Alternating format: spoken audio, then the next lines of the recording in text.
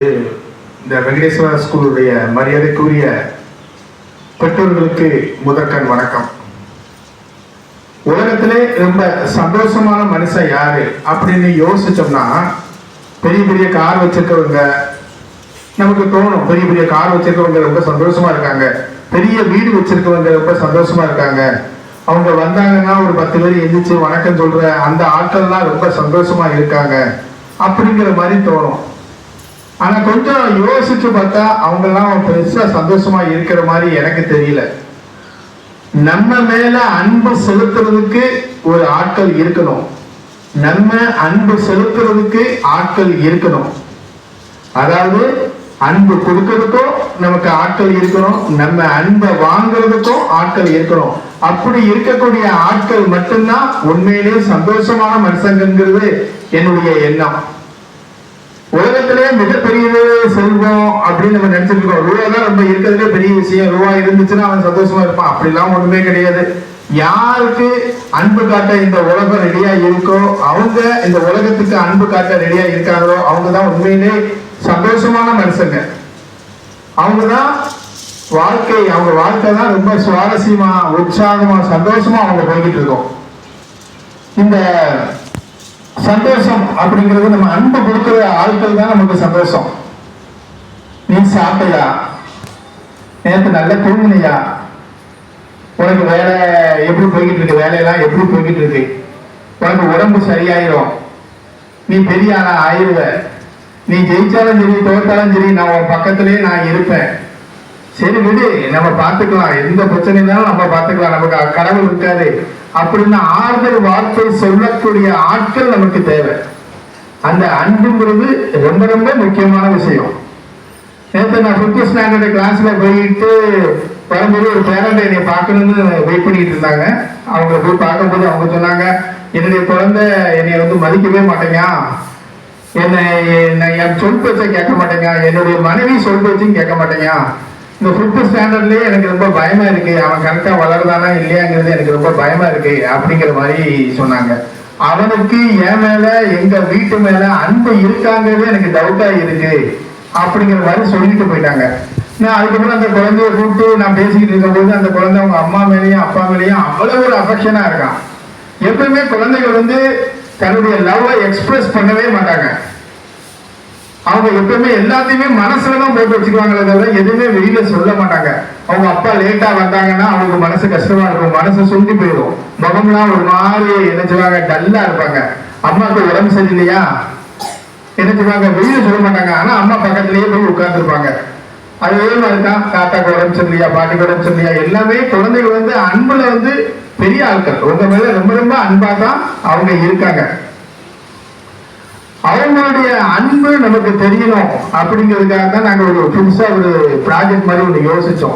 அந்த ப்ராஜெக்ட் தான் அன்புள்ள அம்மா அப்பாவுக்கு, அதாவது லெட்டர் எழுதுறது. உங்களுடைய எக்ஸ்பிரஷனை அவங்க தெரியணும், அதாவது குழந்தைகளுடைய ஃபீலிங்ஸை பேரண்ட் புரிஞ்சுக்கணும் அப்படிங்கிறதுக்காக 3rd standard 4th standard 5th standard ஸ்டூடெண்ட்ஸை பூரா கூட்டிட்டு போய் எல்லாத்தையும் வர சொல்லியிருக்கோம். எல்லாரும் ஒரு இன்னர் லெட்டர் வாங்கிட்டு வர சொல்லியிருக்கோம். அந்த இன்னர் லெட்டரை இப்ப தனித்தனியா உட்கார வச்சு உங்க அம்மாட்ட என்ன பிடிச்சிருக்கு, அப்பாட்ட என்ன பிடிச்சிருக்கு, உனக்கு என்ன வேணும், நீ அம்மாட்ட எது பிடிக்கல, அப்பாட்ட எது பிடிக்கல, எதுனாலும் நீங்க எழுதுங்க. உங்க தாத்தா பத்தி எழுதுங்க, பாட்டி பத்தி எழுதுங்க, இந்த ஸ்கூலை பத்தி எழுதுங்க, எதுனாலும் நீங்க எழுதுங்க. ஆனா நீங்க எழுதக்கூடிய லெட்டரை நாங்க படிக்க மாட்டோம். இந்த லெட்டர் கண்டிப்பா குழந்தைகளுக்கும் அவங்க பேரண்ட்ஸுக்கும் மட்டுமானதுதான். இதுல டீச்சர்ஸோ யாருமே படிக்க மாட்டோம். அவங்களுடைய ஃபீலிங்ஸ் எப்படித்தான் இருக்கு அப்படிங்கறது நீங்க கொஞ்சம் பாத்துக்கலாம். அதுக்கப்புறம் இந்த குழந்தைகளை எங்களை நம்பி நீங்க அனுப்பியிருக்கீங்க. அந்த குழந்தைகளை நாங்க மென்டலி பிசிக்கலி சூப்பரா ஆக்கிக்கிட்டு இருக்கோம். அழகா அந்த குழந்தைகள் இப்ப நல்லா மென்டலியா நாங்க பிசிக்கல் எக்ஸசைஸ் எல்லாம் நிறைய கொடுத்துட்டு இருக்கோம், நிறைய ப்ராஜெக்ட் பண்ணிக்கிட்டு இருக்கோம். குழந்தைகளை அழகா படிச்சுக்கிட்டு இருக்காங்க. இப்ப அவனுக்கு தமிழ் எழுத தெரியுதா, ஒரு லெட்டர் எழுத தெரியுதா, அந்த லெட்டர்ல எந்த தமிழ் எழுத்து பிழை இல்லாம எழுத தெரியுதா, அந்த சென்டென்ஸ் ஸ்ட்ரக்சர் எப்படி இருக்கு, அதையும் நீங்க கொஞ்சம் பாத்துக்கலாம். பார்த்துட்டு ஏதாச்சும் ஒரு மைனஸ் இருந்தா கூட நீங்க எங்க ஸ்கூல்ல சொன்னீங்கன்னா நாங்க அந்த குழந்தைகளை இன்னும் கொஞ்சம் நாங்க மோல்டு பண்ணிக்குவோம். எல்லாமே வந்து உடனே எல்லாமே பெர்ஃபெக்ஷன் ஆயிராது. எல்லாமே ட்ரையல் அண்ட் எரர் மெத்தட் தான். மாத்தி மாத்தி என்ன செய்வோம், குழந்தைகள் உருவாக்கிக்கிட்டே இருக்கும். அதனால இப்ப எங்க குழந்தைகள் பூராமே என்ன லெட்டர் வாங்கிட்டு வந்துட்டாங்க. எல்லாரும் தனித்தனியா இண்டிவிஜுவலா உட்கார வைக்க போறோம். அவங்க உங்களுக்கு லெட்டர் எழுத போறாங்க. இது வந்து ஒரு வித்தியாசமான முயற்சி.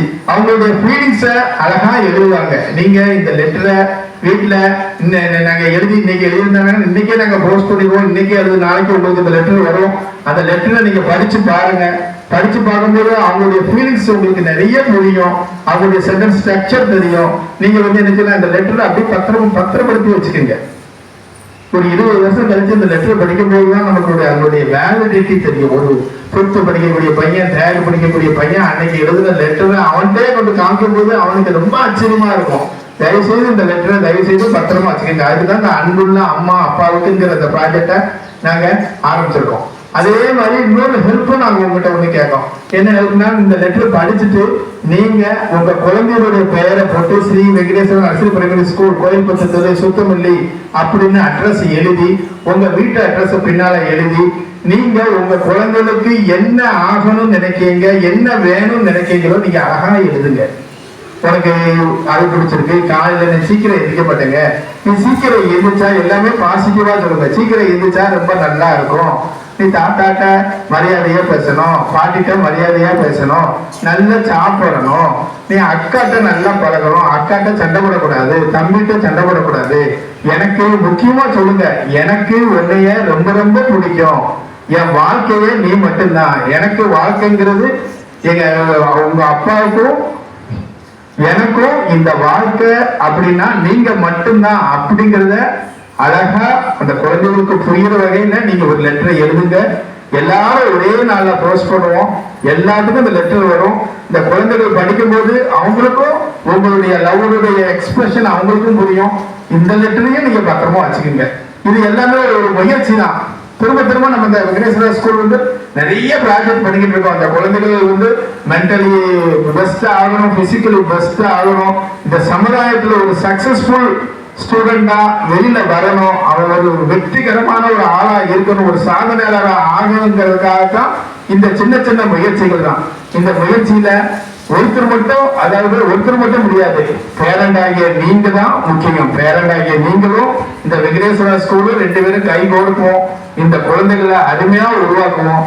கண்டிப்பா இவங்க ஒரு பெரிய சக்சஸ்ஃபுல் ஆளாக, உங்களுக்கு பெருமை தேடி தரக்கூடிய ஆளாக, உங்க குடும்பத்துக்கு பெருமை தேடி தரவர்களாக, இந்த ஊருக்கு இந்த நாட்டுக்கு பெருமை தேடி தரக்கூடிய ஆளாக கண்டிப்பா இருப்பாங்க.